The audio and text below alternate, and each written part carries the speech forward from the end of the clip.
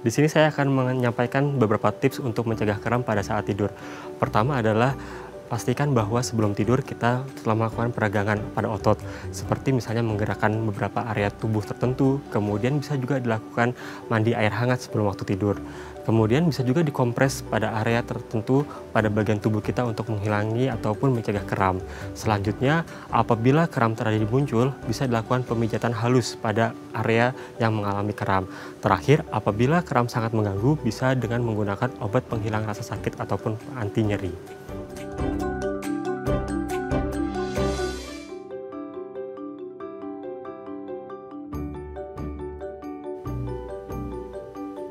Halo pemirsa, apa kabar? Senang sekali saya Astia Dika bisa kembali menemani Anda di program talk show yang syarat informasi inspiratif, apalagi kalau bukan bincang sehati.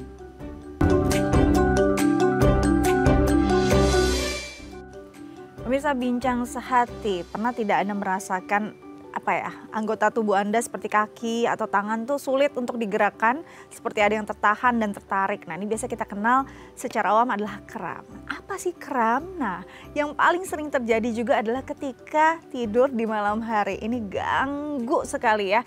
Ini akan menjadi topik kita hari ini. Tapi sebelum itu, kita akan kenalan dulu nih dengan kram. Ada beberapa mitos atau fakta yang perlu kita clearkan tentang kram. Tentunya tidak mungkin saya bahas sendirian. Sudah hadir bersama saya di studio dokter kita hari ini, Dr. Ivan Kurnianto Prabomukti, SPN Vina, spesialis neurologi dari Mayapada Hospital Tangerang. Kita sapa terlebih dahulu ya dokter kita hari ini. Halo dok, apa kabar? Halo, selamat pagi Mbak Dika. Selamat pagi. Pas banget pagi-pagi kita bahas tentang kram ya. Oke, saya mau bertanya sedikit tentang mitos atau fakta seputar kram yang mungkin masih salah kaprah dipahami oleh masyarakat. Yang pertama saya ingin tanyakan adalah, mitos atau fakta sih dok kalau kaki kram itu hanya disebabkan oleh dehidrasi? Oke, jadi secara garis besar memang dehidrasi dapat mengakibatkan kram pada kaki, tapi bukan hanya dehidrasi saja. Bahkan ada penyakit-penyakit tertentu, misalnya penyakit pada otot atau pada sendi ataupun pada saraf yang dapat mengakibatkan kondisi kram, terutama pada malam hari. Oke, jadi banyak kondisi yang bisa menyebabkan kram, bukan hanya dehidrasi. Betul. Tapi kalau kita bicara tentang dehidrasi sendiri dok, kenapa dehidrasi bisa membuat seseorang kram pada ototnya? Ya, memang zat apa yang akhirnya menyebabkan hal tersebut? memang pada saat dehidrasi kondisi kita itu ada gangguan keseimbangan dari cairan, termasuk terkait elektrolit juga. Nah, salah satu peran elektrolit adalah fungsinya untuk kontraksi dan relaksasi dari otot. Oleh sebab itu memang ketika dehidrasi tubuh mengalami kekurangan cairan bisa saja mengalami kram pada otot. Nah, ini posisi kram pada otot saat dehidrasi. Biasanya justru di dehidrasi awal, kan kadang-kadang orang berpikir dehidrasi itu udah langsung, aduh udah lemah, lesu gitu ya. Nah, sebenarnya kram ini bisa jadi alarm nggak untuk seseorang? Bisa jadi.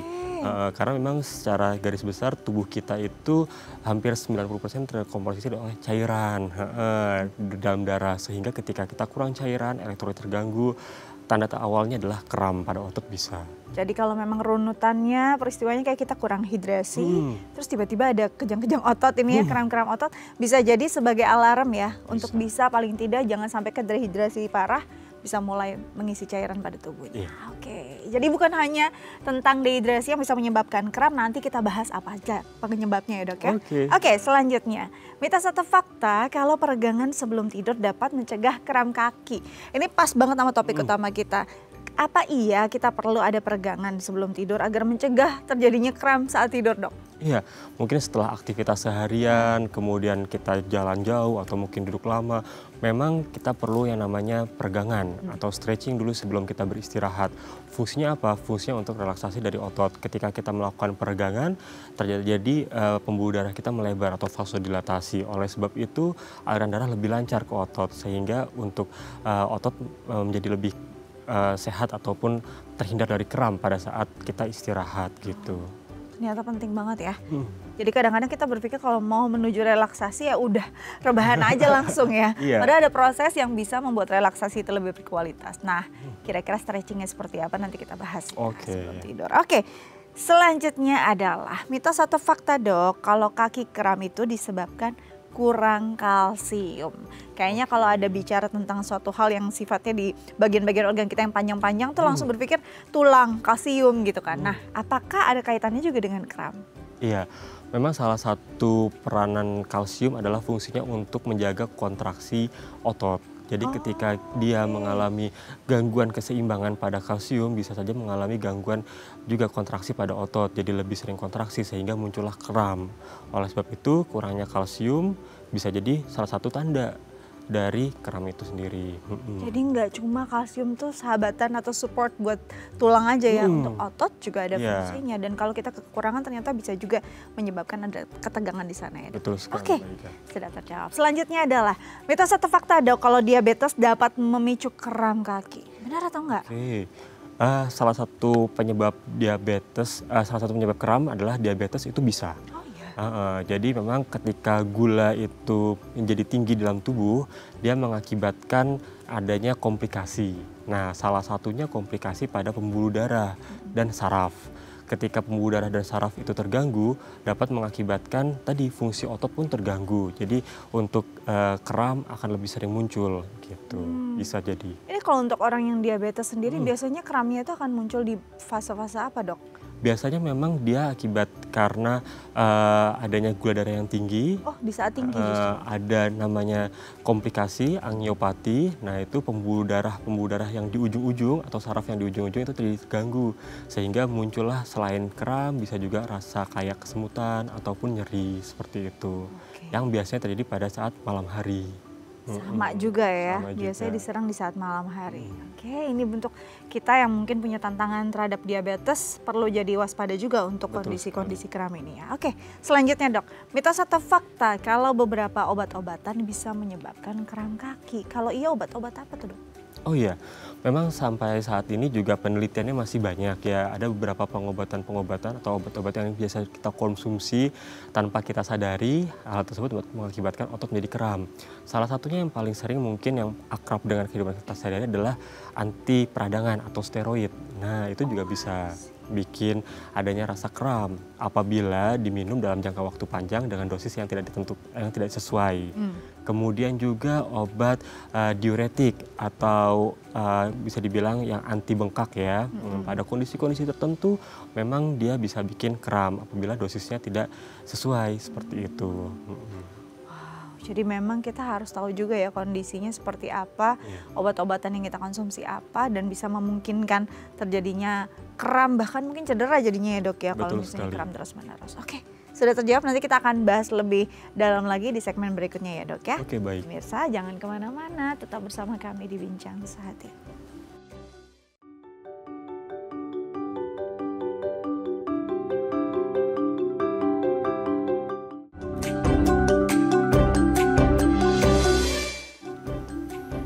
Pemirsa, kembali lagi bersama kami di Bincang Sehati. Kita akan bahas topik utama kita tentang kram di malam hari. Nah, untuk pemirsa di rumah yang pernah mengalami kondisi ini atau mau tanya-tanya agar tidak sampai merasakan kram istilahnya di waktu tidur ya, karena ini bisa ganggu banget gitu. Nah, Anda boleh loh langsung konsultasi ke dokter kami di 0212903244 atau DM ke Instagram kami di @bincangsehati.itv.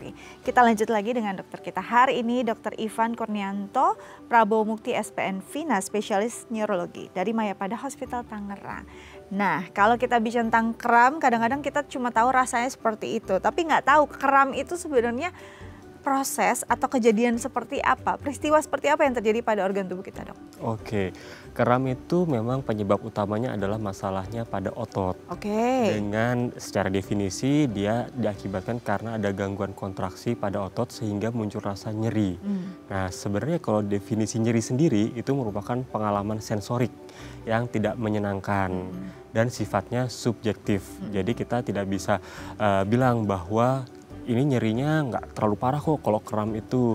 Belum tentu, karena ambang nyeri kita ya? setiap orang beda-beda. Oleh sebab itu memang kalau mengganggu ya kita harus waspada dan kita harus segera cari tahu penyebabnya apa saja gitu. Apa sih yang terjadi pada otot kita ketika kita merasakan kram? Itu kan kadang-kadang kayak ketarik. Iya, iya. Terus mungkin ada sebagian yang bisa diraba juga bahwa sepertinya akan lebih mengganjal di bagian tertentu gitu. Apa yang terjadi? Apakah ototnya bergerak, kontraksi dan segala macam? Iya, jadi ketika otot itu meregang atau kontraksi dalam bahasa ilmiahnya, itu dia terjadi gangguan gangguan keseimbangan dari proses relaksasi dan kontraksi.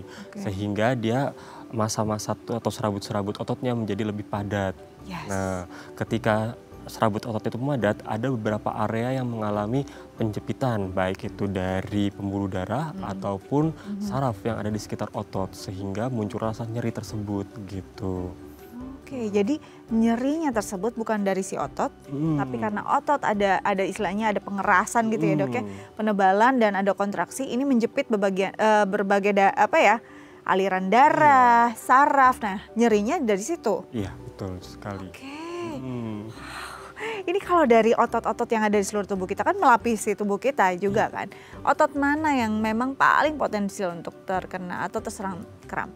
Jadi memang otot itu dia ada berbagai jenis. Ada yang skeletal, ada yang visceral juga, termasuk jantung kita juga ada ototnya, tapi puji Tuhannya dia bagus, tidak ada kram di otot di jantung ya sampai. Nah, memang paling sering adalah otot-otot skeletal. Jadi ketika dia dipakai overuse atau mungkin dalam jangka waktu panjang, posisi yang sama, nah dia akan mudah sekali untuk terjadi kelelahan dalam artian seperti itu, sehingga gangguan kontraksi menjadi muncul.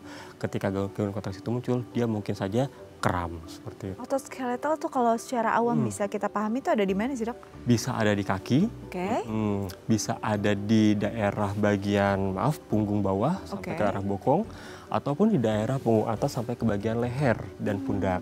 Oleh sebab itu rasa tidak nyaman biasanya dialami setelah kita aktivitas seharian, sesuai munculnya pada saat malam hari dan pada area-area tertentu gitu. Kalau di perut tuh kan juga sering ya terasa kram. Nah ini nih sama nggak dengan, apakah dia bagian dari otot skeletal tadi atau tidak? Memang kalau di daerah perut itu ada yang namanya otot abdomen bagian core, bagian inti.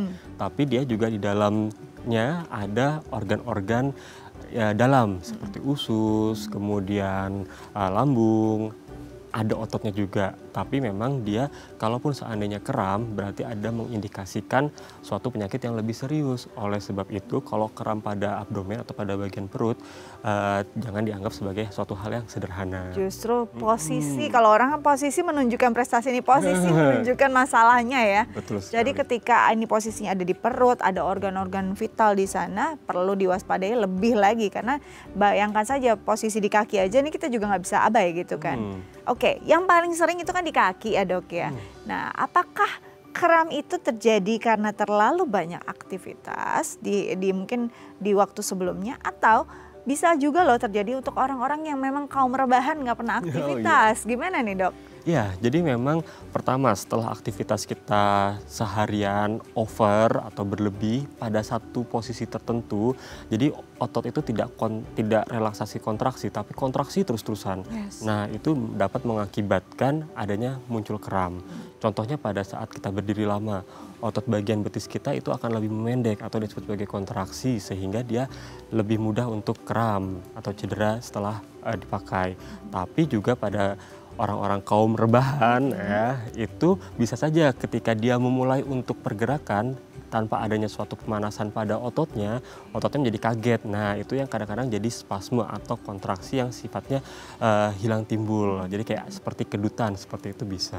Nah, jadi siapapun bisa saja terkena kram ya. Mau yang sering beraktivitas ataupun yang kaum rebahan, ketika mau beraktivitas bisa saja terjadi karena kaget ya ototnya ya dok ya. Nah, kalau dokter tadi kan di segmen sebelumnya kita sudah sempat bahas nih, ada beberapa hal yang memang menjadi penyebab kram. Salah satunya dehidrasi. Nah, penyebab-penyebab lain apa tuh dok? Apa saja yang bisa menyebabkan seseorang merasakan ketegangan dan kontraksi pada ototnya? Iya, jadi tadi seperti yang sudah sampaikan juga bahwa masalah kram pada otot itu tidak hanya masalahnya pada otot saja. Tapi kita harus lihat secara keseluruhan. Otot kita itu menempel pada tulang. Nah, jadi ataupun sendi. Ketika kita mengalami permasalahan pada sendi, itu pun juga dapat mengakibatkan gangguan pada otot ataupun rasa kram itu muncul. Yang kedua adalah masalah pada persarafan. Yes. Jadi kita tahu bahwa otot untuk melakukan fungsinya atau melakukan kerjanya itu dia dikontrol oleh saraf. Ketika sarafnya terganggu, otomatis juga fungsi kerja kontraksi dan relaksasi otot itu menjadi terganggu juga. Kemudian juga ada yang namanya gangguan pada pembuluh darah tepi atau perifer. Nah, biasanya sih pada pasien-pasien ataupun pada orang-orang yang mengalami diabetes dalam jangka waktu panjang atau mungkin perokok itu juga bisa mengalami peripheral arterial disease. Efeknya apa? Mungkin muncul kram gitu.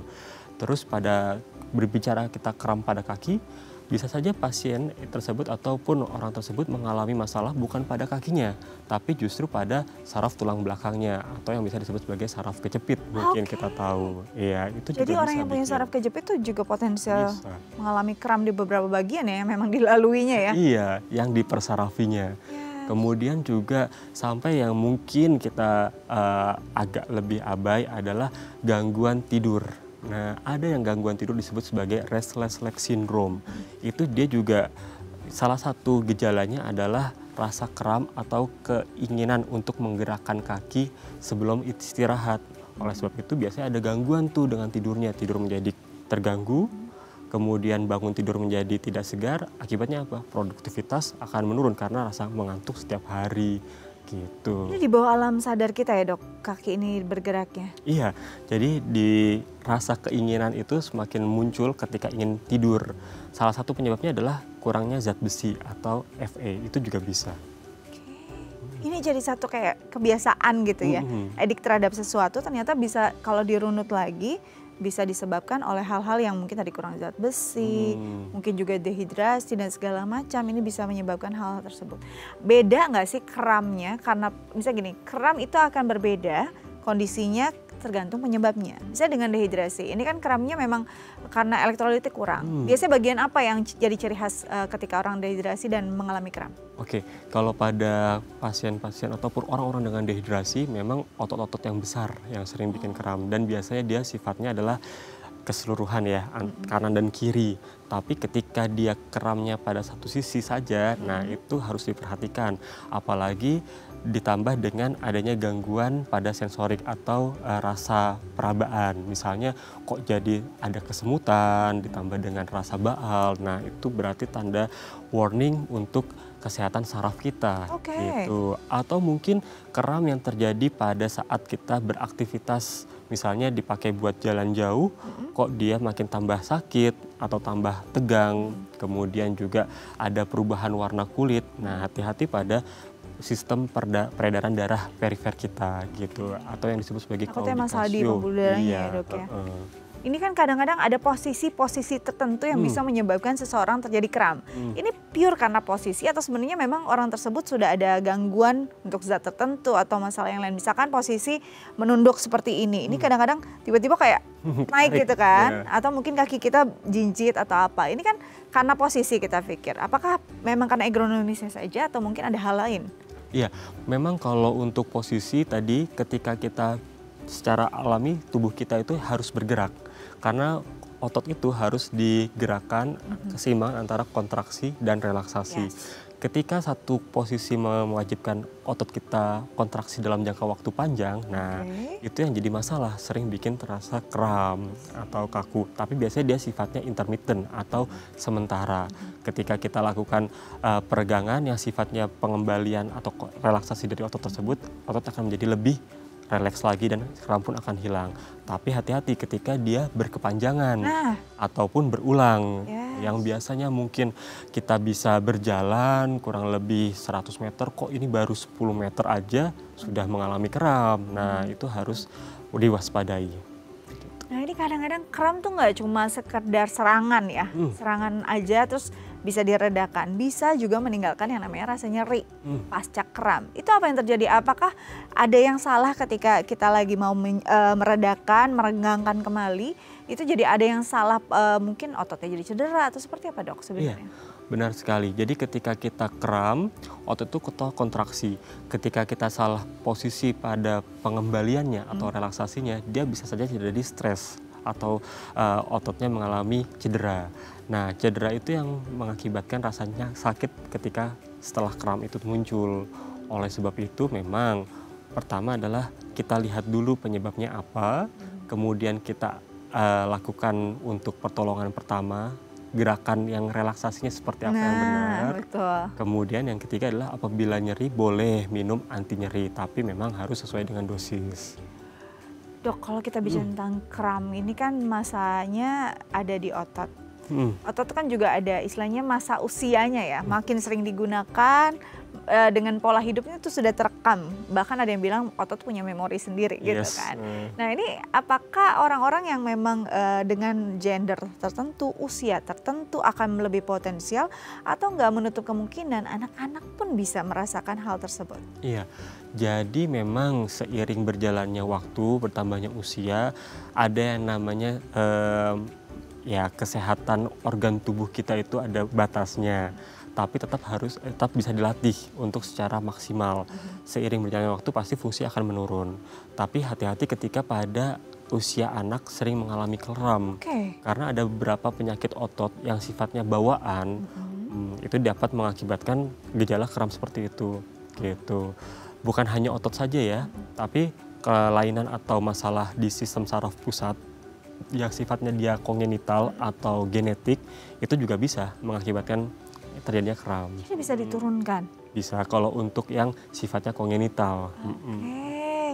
Wah, ini perlu jadi perhatian kita juga ya, karena kan kita harus lihat juga anak-anak kan beraktivitas seperti apa. Ternyata yang kita pikir badannya prima bisa saja ada DNA yang sudah tercetak dan diturunkan gitu ya. Oke, nanti kita lanjut lagi, tapi usai jeda. Pemirsa jangan kemana-mana, tetap bersama kami di Bincang Sehati.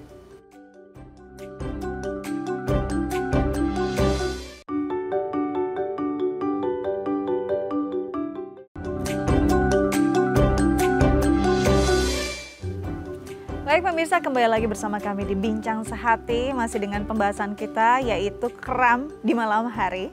Dan bagi pemirsa di rumah yang mungkin punya pertanyaan terkait tema kita hari ini, boleh menelpon kami di 0212903244 atau DM ke Instagram kami di @bincangsehati.itv.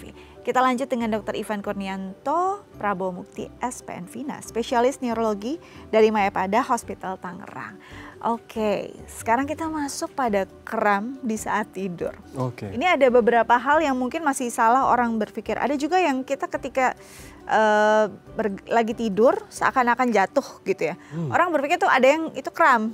Padahal ini peristiwa yang berbeda kan ya dok ya? Iya, ada namanya ketika kita mau istirahat ya atau mau tidur itu ada perubahan fase gelombang di otak kita. Nah, ada gelombang REM sama non-REM. Kadang-kadang untuk perubahan yang terjadi tidak secara smooth, nah itu bisa ada sensasi kayak badan tuh kaget gitu. Nah, salah satunya kayak mungkin kalau bahasa awamnya ada rep-repan itu bisa. Terus habis itu rasa kayak misalnya tadi kaku badannya itu juga bisa. Jadi memang berbeda sebenarnya. Kalau kram pada istirahat yang biasanya disebabkan karena masalah otot, itu pada salah satu lokalisasi otot tertentu atau regio badan tertentu saja. Nah ini yang paling menyebalkan adalah bukan di awal tidur. Biasanya di tengah tidur yang sedang deep-deepnya kram itu hadir gitu ya. Ini tuh penyebabnya apa sih dok? Ketika kita sedang tidur kan otomatis sebenarnya badan kita tidak bergerak seheboh itulah ya. Tapi apakah ada orang-orang yang mungkin punya posisi tidur tertentu yang akan mungkin lebih potensial untuk mengalami kram? Iya, jadi karena mungkin pada saat kita istirahat kita nggak sadar ya tubuh kita seperti apa. Salah satunya mungkin terlipat, nah itu juga memang ataupun kita biasanya regangan. Jadi ketika kita mau lagi deep sleep, mau ke arah bangun itu biasanya tanpa sadar kita seperti menggerakkan badan. Mulet gitu ya? Nah ketika kita over, ketarik dan dia bisa mengakibatkan rasa kram atau sensasi kram itu bisa juga gitu. Ini dia nih, kadang-kadang ganggunya luar biasa ya. Gimana sih ketika itu serangan hadir? kita harus melakukan apa. Tapi nanti kita bahas setelah kita jawab telepon dulu ya dok ya. Sudah ada yang ingin berkonsultasi langsung dengan dokter, kita sapa terlebih dahulu. Halo, dengan siapa, di mana? Saya Ibu Yanti dari Lampung. Mau Baik, nanya Ibu sama Yanti Pak di Dokter. Lampung. Silakan Iya, Ibu pertanyaannya. Selamat pagi Pak Dokter. Saya ini kram udah bertahun-tahun Pak Dokter. Sakitnya bukan luar biasa. Kalau udah ketarik itu sampai nangis-nangis. Saya harus bangun langsung, kaki dibanting kuat-kuat sampai nangis. Sakit bener. Terus kalau ke dokter tuh hanya dikasih obat kalsium aja, itu nggak diapa-apain. Terus sedih bener saya. Terus sekarang ini Pak, akhir-akhir ini kaki saya kebas terus tiap malam itu. Kalau tidur tuh rasa kaki nggak ada itu Pak Dokter. Iya, rasanya gimana ya, saya nggak ada diabetes, nggak ada darah tinggi, hanya ya ada kolesterol ada, tapi nggak nemen-nemen amat. Iya, itu gimana Pak itu pengobatannya ya? Kalau pakai BPJS ya hanya begitulah, hanya dikasih kalsium aja, udah nggak diapa-apain. Baik, dokter boleh ada pertanyaan lanjutan? Oh ya, kalau untuk kramnya sendiri itu biasanya munculnya berapa lama ya, pas harian atau mungkin pada saat tertentu saja, posisi tertentu saja Bu Yanti? Biasanya hanya malam aja Pak Dokter mau tidur itu. Kadang-kadang tangan pun kadang kram juga Pak. Iya, tangan pun kebas juga ini. Ya. Ada nyeri pinggang nggak ya Bu ya? Nyeri pinggang nggak ada tuh Pak. Oh ya. Iya. Baik. Usia Ibu berapa Bu? Maaf. Saya udah 72. 72. Oh ya. Tapi kramnya udah lama ini Pak. Sudah berapa lama Bu kira-kira? Berapa tahun? Atau berapa bulan? Ada 10 tahun mah ada 10 Bu. tahun? Dari muda, iya. Sering kram bener, iya. Ada obat-obatan yang Ibu minum rutin tidak ya sebelumnya? Dulu nggak ada Pak. Sekarang ini ada tapi nggak seberapa sih. Saya makan temen obat dari ini aja, nggak ada. Saya obat-obatan nggak ada. Oke, ya. Iya. Baik, cukup dok? Oke, Ibu Yanti kita akan coba diskusikan masalah Ibu Yanti ini. Semoga bisa mendapat solusi ya. Terima kasih Ibu, sehat selalu. Baik, wah ganggu juga ya. 10 tahun mengalami serangan kram bertubi-tubi, sakit sekali rasanya. Sampai bahkan tadi Ibu Yanti bilang kalau tidur sampai mau dibanting ya kakinya ya. Nah ini apa dok kira-kira dari penjelasan Ibu Yanti dengan usia juga 72 tahun, apa yang mungkin bisa jadi suggest untuk beliau? Ya, jadi memang kalau sudah menahun keluhan nyerinya ataupun kramnya itu, dia ada yang disebut sebagai chronic pain. Nah itu agak susah memang untuk hilang. Ya, jadi memang perlu ada intervensi atau tindak lanjut yang lebih serius lagi. Pertama adalah untuk memastikan apakah masalahnya pada saraf atau bukan. Karena saya tadi dengar juga Ibu mengeluhkan ada rasa kebas ya di kakinya. Dan kadang-kadang tangan juga ada. Ada yang disebut sebagai polineuropati. Nah itu bisa kita periksa atau pastikan dengan pemeriksaan namanya Nerve Conducting Study atau NCS. Nah, fungsinya untuk melihat hantaran sarafnya itu masih bagus atau tidak, pertama. Yang kedua adalah bisa kita telusuri lagi penyebab metabolik. Mungkin tadi Ibu sudah sampaikan tidak ada riwayat kencing manis ataupun DM. Tapi kita sebaiknya Ibu periksakan juga untuk fungsi ginjal. Karena gangguan ginjal itu juga bisa bikin rasa kram pada bagian-bagian otot-otot ataupun penyakit polineuropati. Kemudian juga seiring dengan bertambahnya usia, kadang-kadang penyerapan atau asupan vitamin di dalam usus kita itu menjadi berkurang, terutama vitamin B. Nah, kurangnya vitamin B seperti vitamin B12 ataupun vitamin B6 itu mengakibatkan mudahnya kerusakan pada saraf tepi atau saraf perifer, sehingga tadi bisa muncul rasa kram, rasa kebas ataupun rasa panas pada bagian ujung-ujung kaki dan tangan seperti itu.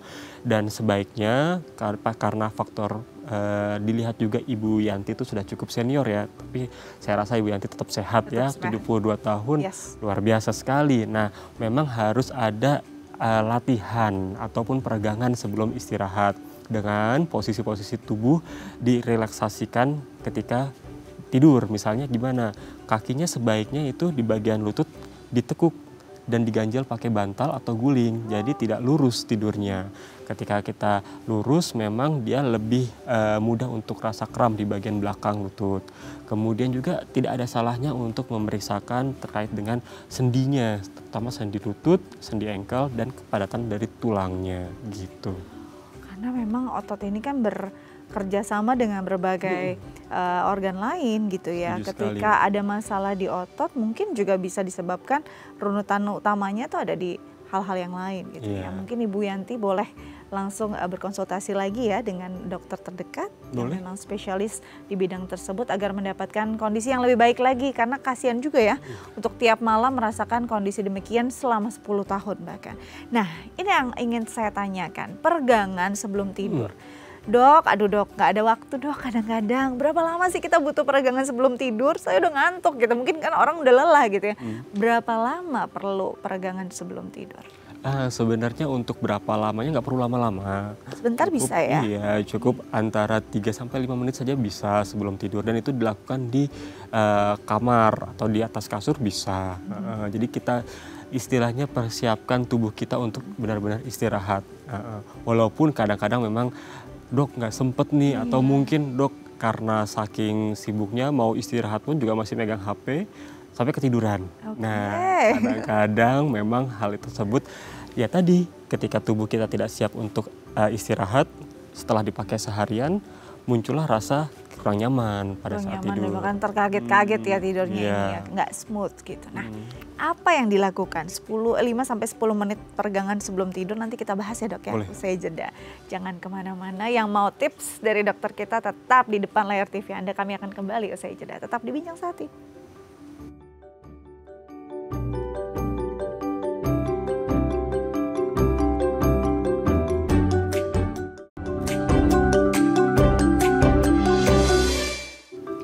Baik pemirsa, kembali lagi bersama kami di Bincang Sehati, masih membahas tentang kram di saat tidur.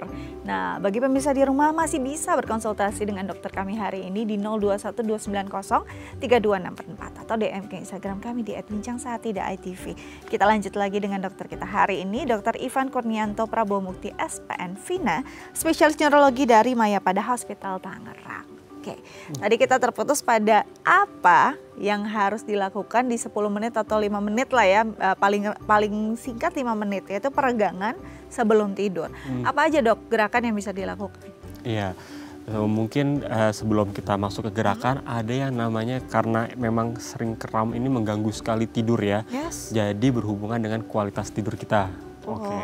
Kalau kualitas tidur kita terganggu, otomatis saat daily time kita juga bisa terganggu, produktivitas terganggu juga. Oleh sebab itu ada yang namanya sleep hygiene atau yang disebut sebagai kebersihan tidur.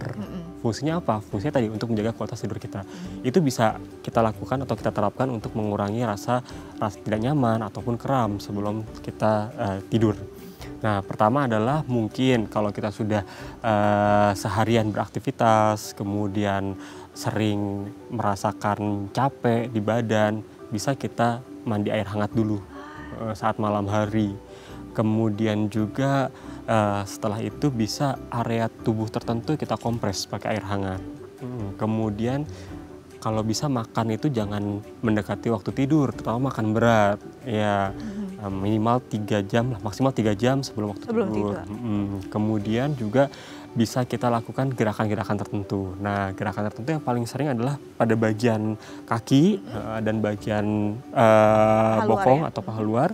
Itu bisa kita naikkan kaki satu ke kaki sebelahnya, kemudian kita gerakan, kita gerakan seperti ini, bisa, dan kita tahan 10-15 hitungan, kemudian kita gerakan kembali, gitu. Dan dilakukan secara simultan, bergantian antara kanan dan kiri, gitu bisa juga. Berapa kali dok?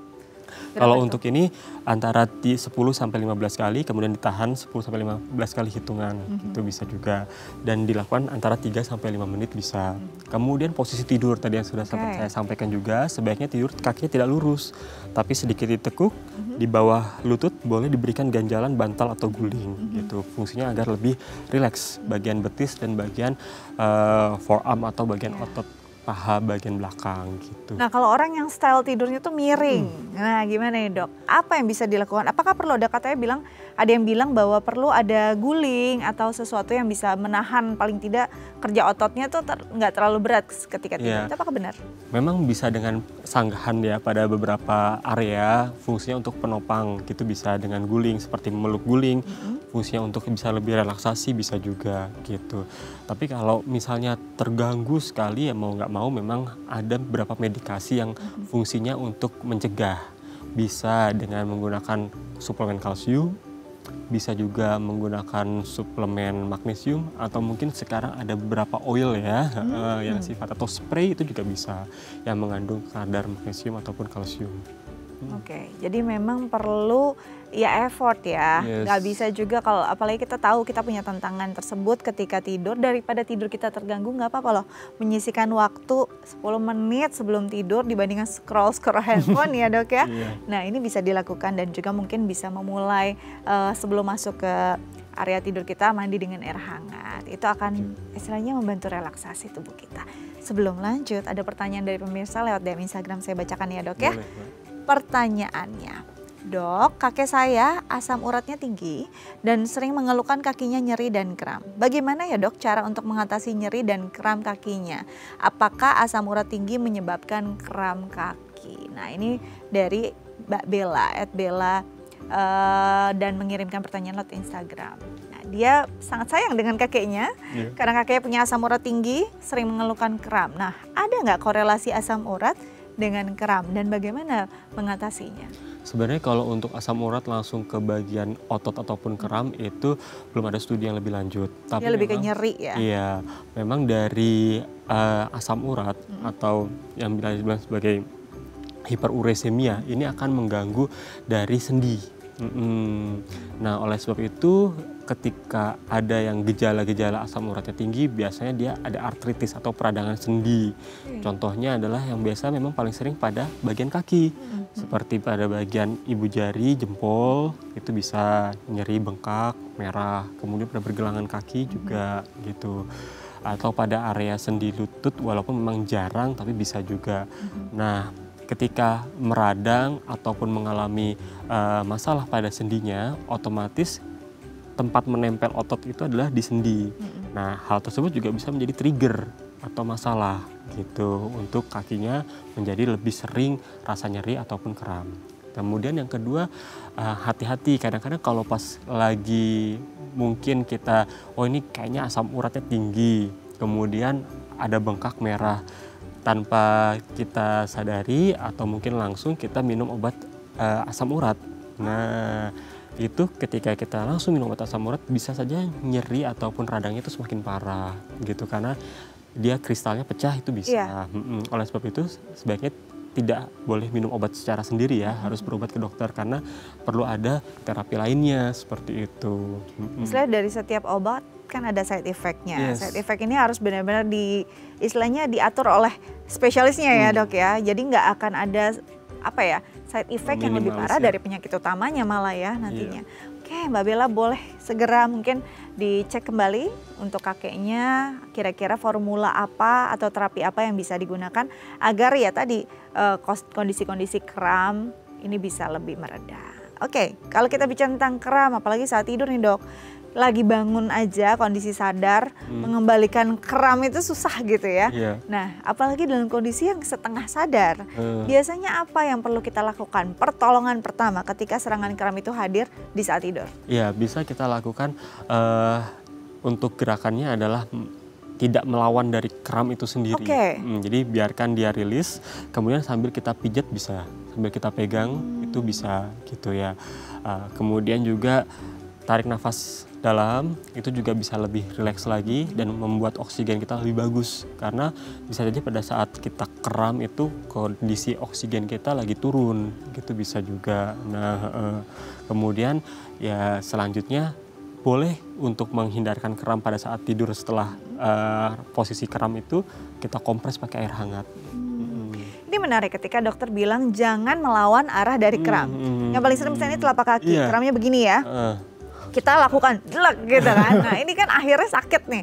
Berarti ini nggak boleh justru. Sebaiknya sih dibiarkan sambil kita pijat di area otot yang kaku. Oh justru di area otot kaku itu dipijat. Pemijatannya kayak gimana dok? Bisa salah juga soalnya. Ya sebenarnya ditekan saja bisa mbak. Tekan dari area dia insersi ke origonya itu bisa gitu. Ini kadang-kadang kita jadi kayak panik kan sebenarnya ketika kram. Jadi salah, akhirnya menyebabkan ada cedera tadi.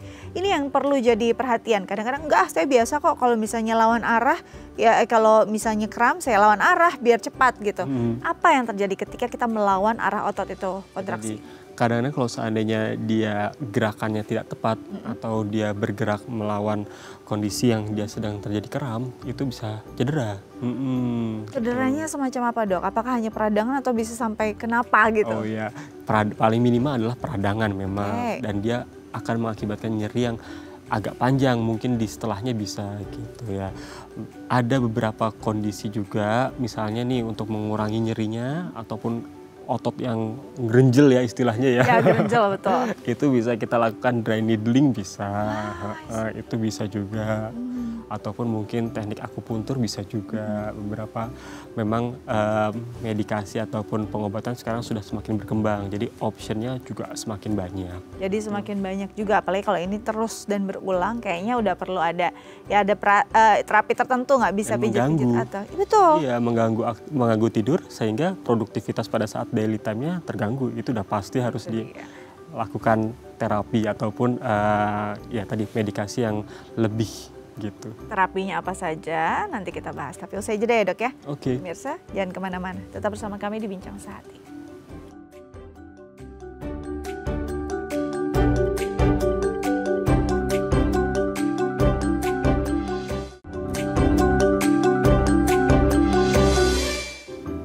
Baik pemirsa, kembali lagi bersama kami di Bincang Sehati. Kita masih membahas tentang kram terutama yang menyerang di saat tidur. Dan masih bersama dengan dokter kita hari ini, Dr. Ivan Kurnianto Prabowo Mukti SPN, Vina, spesialis neurologi dari Mayapada Hospital Tangerang. Oke, jadi ada terapinya sebenarnya. Apalagi kalau ini sudah mengganggu dan rutin terjadi gitu ya. Nah, saya mau tanya dulu nih, intensitas seperti apa yang sudah harus jadi perhatian? Kalau misalnya kramnya masih sekali, masih bisa ditangani, mungkin kita masih abai. Tapi kira-kira udah jadi alarm dan warning tuh ketika dia sudah menyerang berapa kali dok? Sebenarnya kalaupun dalam waktu setiap kali kita istirahat, setiap kita tidur malam, serangan itu muncul hampir setiap hari. Atau mungkin ya tadi ya ketika kita rasakan kok ketika mengganggu waktu istirahat sehingga daily activity kita terganggu, sulit konsentrasi. Nah itu sebaiknya sih dilakukan tindakan ataupun medikasi yang lebih gitu ya. Jadi jangan cuma gara-gara enggak kok intensitasnya masih jarang-jarang kok, tapi kan terus bisa jadi menjadi sering gitu kan. Iya. Nah itu udah perlu ada istilahnya perhatian khusus. Yes. Kemana ketika kita punya masalah itu? Dan istilahnya apa ya, apakah ada, kalau misalkan kita diabetes atau masalah-masalah yang ada sifatnya metabolisme itu kan ada pemeriksaan penunjangnya. Kalau kram pemeriksaan penunjangnya apa dok? Iya, tadi salah satunya adalah kita cari penyebab metaboliknya. Oke. Ya, kalaupun periksa darah, bagaimana kadar gulanya, bagaimana kadar elektrolitnya, gitu. Kemudian juga bisa kita lakukan pemeriksaan, misalnya kok saya lebih sering kram di kaki, terus habis itu sometimes kaki saya misalnya jadi bengkak atau kemerahan. Nggak ada salahnya untuk kita lakukan pemeriksaan foto ronsen itu bisa. Ataupun pada area-area tertentu, biasanya itu daerah pergelangan kaki atau bagian Achilles, kemudian juga ada di bagian plantar, nah itu ada calcaneus, itu bisa jadi itu mengalami proses peradangan, bisa mengakibatkan rasa nyeri dan berakibat kram bisa jadi. Kemudian yang kedua adalah kalau mengganggu sekali disertai dengan tadi kayak mungkin kasusnya Bu Yanti ya, ada kesemutan, ada kebas, nggak ada salahnya untuk kita lakukan pemeriksaan NCS atau Nerve Conducting Study. Kita lihat tuh bagaimana penghantaran dari saraf perifernya, apakah masih baik atau tidak untuk menghantarkan stimulus gitu. Kalau kramnya memang sampai menjalar ke bagian pinggang, ke bagian punggung, dan misalnya disertai dengan adanya kesemutan ataupun kelemahan pada area beberapa otot di bagian kaki, berarti kita perlu warning nih, jangan-jangan ada masalah di saraf tulang belakang. Pemeriksaan lebih lanjut bisa misalnya mulai dari ronsen dulu bagian vertebralnya, atau kalau memang sudah ditemukan, oh kayaknya saya mungkin nih ke arah penjepitan, bisa dengan MRI gitu. Dan tadi postural ergonomis itu sangat mempengaruhi. misalnya kita sadar bahwa tubuh kita atau tulang belakang kita tuh kayak skoliosis nih gitu. Nah itu juga sering sekali mengakibatkan rasa kurang nyaman ataupun rasa teregang seperti kram. Sampai ke kram ya. Jadi pemeriksaannya memang sangat luas dan kompleks, tergantung juga istilah runutan riwayatnya akan kemana nih gitu ya. Nah, Dan setiap orang berbeda-beda. Betul, setiap orang pasti beda-beda, tergantung juga komorbidnya apa gitu kan. Yes. Nah, terapinya apa yang dilakukan dok? Pertama ya pasti tadi setelah kita tahu penyebab utamanya apa, itu yang harus diterapi. Kemudian apakah dengan obat-obatan bisa, ataukah cukup dengan tadi peregangan juga bisa gitu. Terus yang kedua adalah modifikasi gaya hidup. Kalau kita tahu bahwa ini setiap saya kram pasti saya habis melakukan sesuatu nih, misalnya saya habis pakai heels tinggi, atau mungkin saya habis duduk lama, atau mungkin saya habis angkat-angkat yang berat, itu juga bisa kita modifikasi. Sering kita lakukan adalah mengangkat barang dari bawah itu seperti gerakan ruku atau gerakan membungkuk. Nah itu sangat salah. Sebaiknya memang kita dalam posisi start awal adalah jongkok terlebih dahulu. Terus yang kedua adalah tetap lakukan aktivitas olahraga. Even itu olahraganya intensitasnya ringan sampai sedang. Seperti apa? Misalnya berjalan santai kurang lebih 30 menit dalam waktu 2-3 kali seminggu itu sudah cukup. Boleh kalaupun seandainya ada kesempatan diganti dengan berenang, nggak masalah. Dok saya nggak bisa berenang gitu misalnya. Boleh hanya jalan di air saja, yang penting kita melawan untuk resistensi terhadap air ya. Itu juga melatih otot-otot kita. Bisa berjalan gitu dalam air ya dok ya? Itu nggak masalah. Kemudian juga makanan. Nah asupan nutrisi itu juga penting. Protein-protein hewani itu juga bisa kita konsumsi walaupun memang harus dilihat juga bagaimanakah komorbidnya, apakah misalnya ada asam urat atau ada kolesterol tinggi. Nah itu harus diantisipasi juga gitu. Kemudian juga tadi terkait dengan nutrisi suplemen, itu boleh dikonsumsi. Ini penting juga ya. Iya. Jadi memang sebenarnya intinya adalah lifestyle ya dok ya. Ketika lifestyle-nya diubah, ini sebenarnya akan menjadi satu bekal kita juga untuk bisa menghindari terjadinya kram pada kita, apalagi di waktu tidur. Karena ini nanti jadi kayak rantai ya, ketika tidurnya nggak baik ya udah terus seperti itu dan lifestyle-nya makin nggak baik. Dan nyeri yang berulang secara waktu lama kayak tadi kasus penelpon kita, itu pasti akan mengakibatkan traumatik tersendiri. Nah, seru mau tidur, ini kayaknya bakal kram lagi nih. Nah, atau jadi, mungkin kalau habis aktivitas ini kayaknya gue bakal kram lagi nih. Iya Nah, bener serius. Itu setuju banget. Aduh, seru banget sih perbincangan kita hari ini dok ya. Thank you ya dok. Sudah hadir di Bincang Sehati. Semoga ini bisa menambah wawasan kita untuk bisa menjaga kesehatan kita dan juga orang-orang yang kita sayangi. Terima kasih sudah hadir di Bincang Sehati. Kembali Mbak Dika yang senang hati. Gimana tips dari dokter kita sudah dicatat semua. Semoga berguna untuk menjaga kesehatan Anda dan orang-orang yang Anda sayangi. Nggak bosan-bosan saya untuk mengingatkan Anda mengunduh The Eye Plus di gawai Anda untuk menggenggam inspirasi kapanpun, dimanapun. Saya Astia Dika pamit undur diri. Sampai jumpa.